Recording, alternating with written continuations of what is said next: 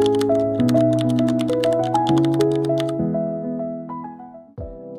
just stopped recording because I had gone a long way. So I'm just going to like start it up again properly.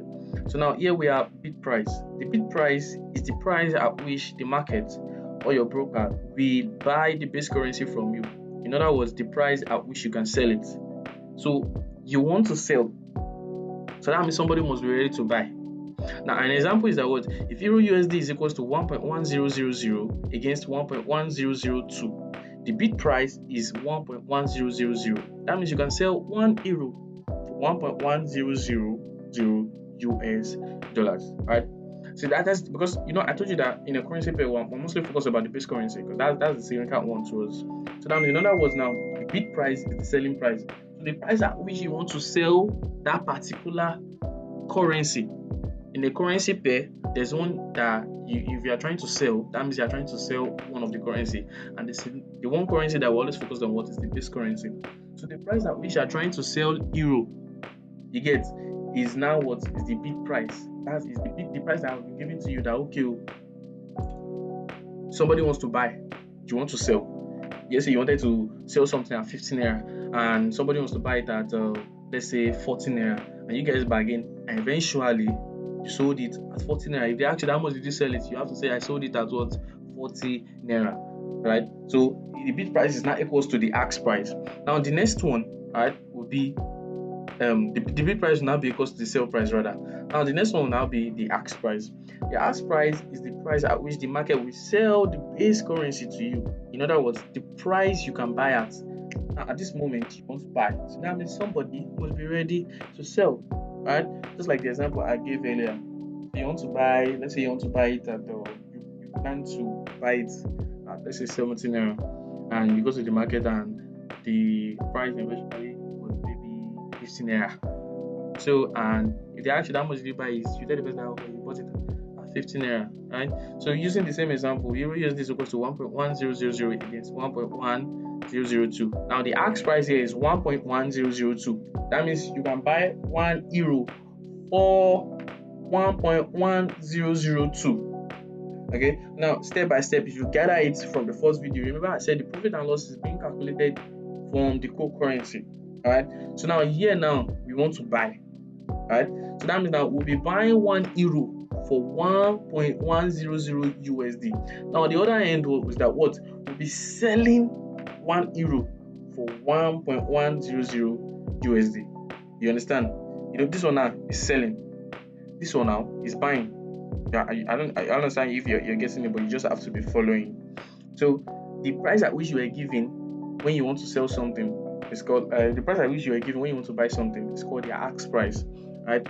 Now, another place where it gets interesting is this third part, which is the spread. Now, the spread is the difference between the ask and bid price. It represents the cost of trading and the broker's profit. Right? So using an example, is spread is equals to ask minus bid is equals to 1.1002 minus 1.1000, which is equals to 0.0002, which is the same thing as 2 pips. Now you might not understand this area of pips yet because we've not actually gone through that. But then the spread is just as well because it's the cost of trading or the difference between the ask and bid price, or you can also call it your broker's profit. So it's never the same.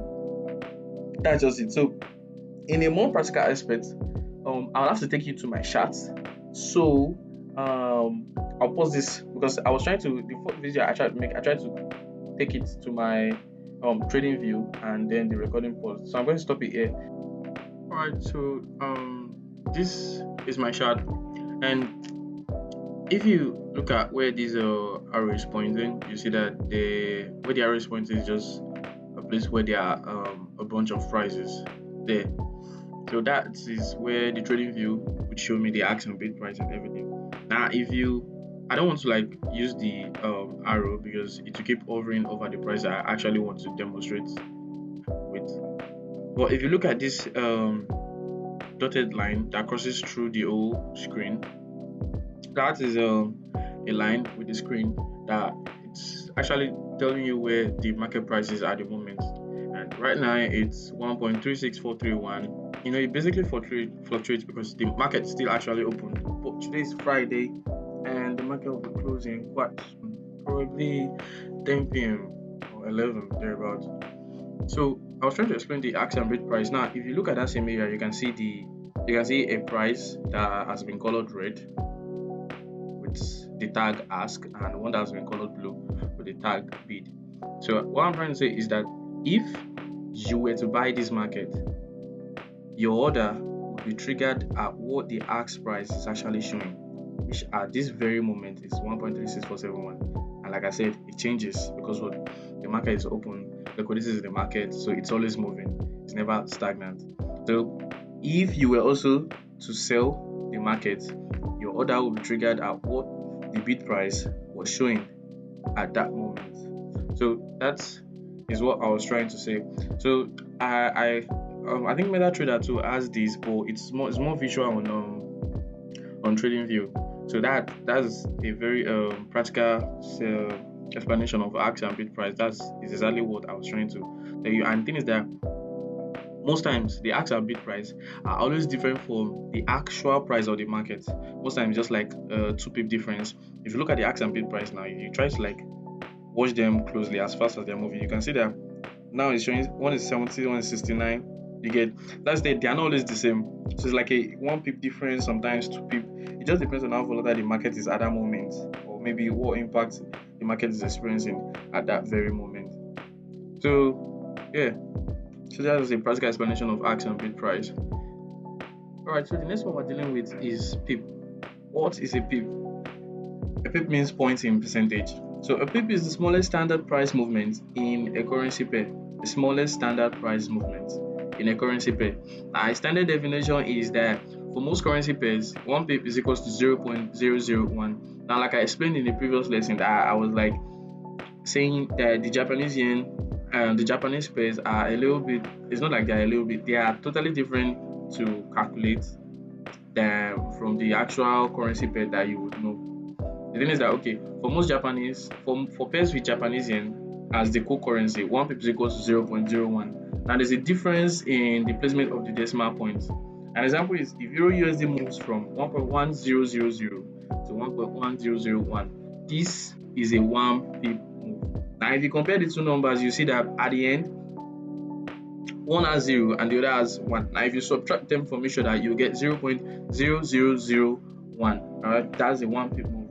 Now, unlike the Japanese pair, just like USD JPY, it moves from 110.10 to 110.11. That's how their numbers are placed. Alright, you know where we've explained how base currency and core currency works. So it's just trying to tell me that one unit of USD will give me 110.10 of Japanese yen. Alright, you know that the USD currency is quite strong. Alright, you cannot compare their strength to JPY. That's just the explanation here. Unlike Euro and USD, you know, these ones now, they are very very strong currency. That's why you see that the difference is not that much. It's just like 1.1, or like this one that is over 100 units difference. That's just the difference there. It just depends on how the economy of that particular country, maybe the base or core currency is like. Alright, it's just a simple exchange rate. So now if USD JPY moves from 110.10 to 110.11, that is a 1 pip move. Now you can see that there's a difference in their decimal points. So their calculations are different. That's why I always advise that if you're a beginner and you're looking for a pair, I advise you to stick to major pairs, like I said, but stick to the USD, not like the USDD, like the pairs like Euro USD, the ones that are not paired with JPY. They are much easier to calculate, you're happy to adapt, and you know, from time on you just grow from there. So now, a quick memory is that a pip shows how much the exchange rate changes. That's just it. If you know, back then in math in primary school, we used to have units, tens, hundreds, thousands. I've forgotten what the topic was then. But if you moved from, let's say we are using just 3 digits. That's let's say 101. So 101, counting from the right to the left. All right, 1 is the units, 0 is the tenth, then the other 1 is the hundredth. All right, so 101. Let's say a price move from 101 to 102. All right, So you can see that they are actually the same, but the 1 and the 2, which is like the unit, the last number, as the one that just changed. All right, that is the same scenario I'm trying to explain about pip. So that's why I say a pip is the smallest standard price movement in the currency pair. So if instead of us to call it units, we're calling it a pip. So that's what we understand it as.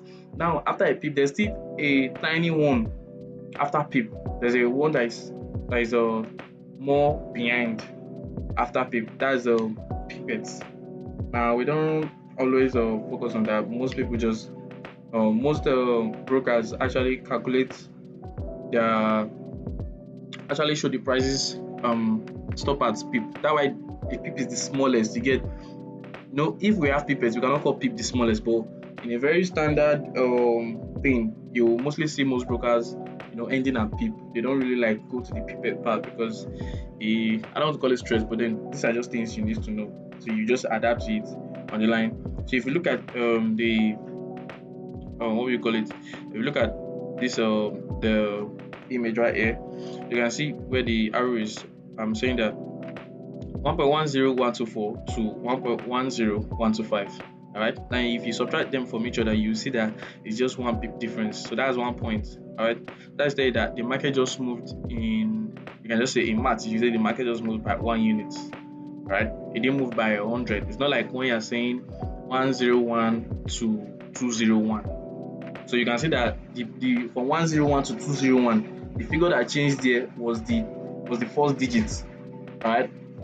From 101 to 201, you can now say that okay, the market moved by 100, right? But we don't have that here. I'm just using that math scenario to demonstrate what I'm trying to explain in this part. So now, like I said, I told you that we have pipettes. Now, what is a point, which is also called pipette? Like I said, I say we don't really like consider this that much, but we actually do. But these are just things you need to know. A point, which is also sometimes called a pipette, is 1/10th of a pip. You understand? You can see that it's just like saying 1/10th of a unit. So inside life, or like levels inside levels, that kind of thing. So an example is Euro USD moves from 1.1000 to 1.10001. Now you can see that here now after the decimal point, the digits are now 1, 2, 3, 4, 5. They are now 5. You can see that they are different from the previous one that the digits is just 1, 2, 3, 4. You get? So this four digits after the decimal point is what you would actually see most of the time. So now, but here to explain the pipette, you have to make it 5, and it's not all brokers that make their prices 5. So this is a 1 point of pipette. So 10 points is equal to 1 pip. That's just it. 10 points, just like saying 10 cents. Is it 10 cents? Is it 10 cents that will give you $1? Sorry. But then 10 points will give you 1 pip. A couple of points makes a pip. That's just what he's trying to say. Why it matters? Points allow brokers and traders to measure smaller prices more precisely. If there was a reason you had to focus on that particular price, focus on that particular exchange, that's when you start to focus on the point, the very, very last move, all right, just to measure it more precisely, more accurately. That's the reason why we have pipettes. But like I said, you want to focus more on your pip. So I would stop here, and I'll continue the next lesson in another video because of the rain.